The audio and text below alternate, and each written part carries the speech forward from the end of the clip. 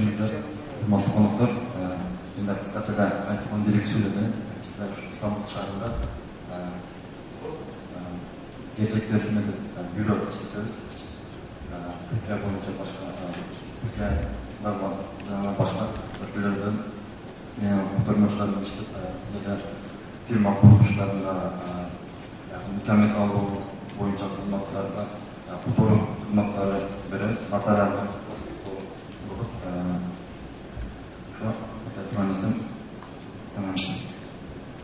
мен айтарым, ушу бүгүнкү форумдун максатына токтолуп отурабыз. Максатына жеттик деп ойлойбуз.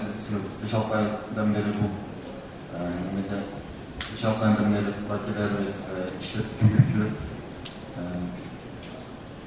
ыраазычылыкка айткым келет. 2-3 жылдан бери Кыргызстан Босмузана маданият фонду жакшы иштер алып бара жатат. Үй-бүлөдө эле калдык 1-2 жылдан бери.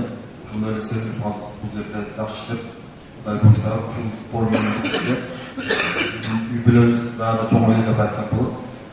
Регионалдык бир үй-бүлө боло баштады. Кыргызстан, Россия, Казакстан болуп, мен ошого сүйүнүп отурам. Үй-бүлөбүз дагы чоңоюп, дагы күчтөнүп,